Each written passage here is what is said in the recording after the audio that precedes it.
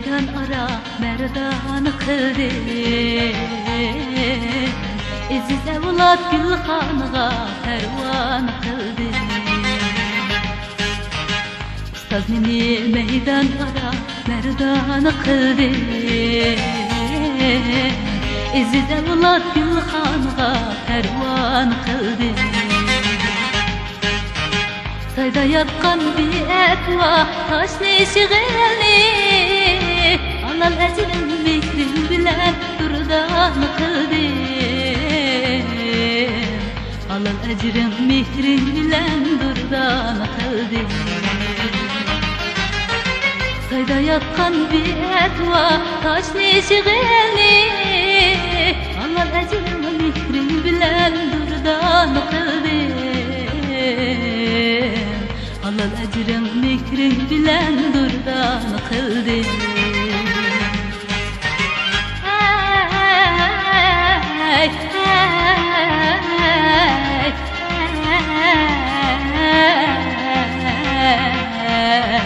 Alal ecrin mihrin bilen durdan kıldı.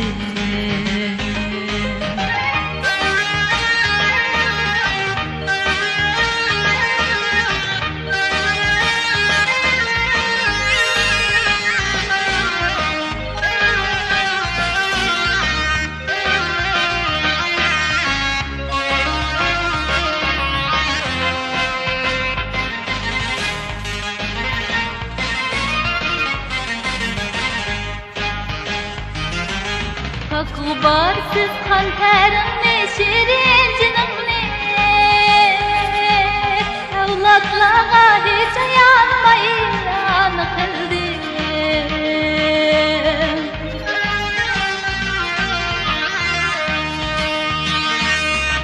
Kubarsız kalterimle şirin cinimle evlatlığa hiç ayanmayın kıldım.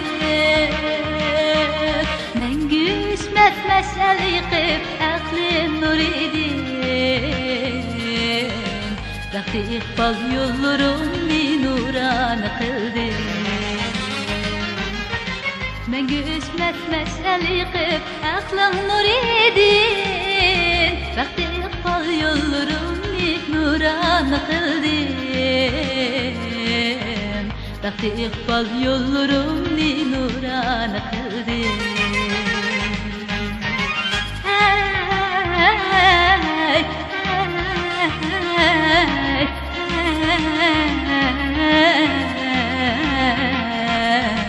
Vakti ikbal yollarımı nuran kıldı.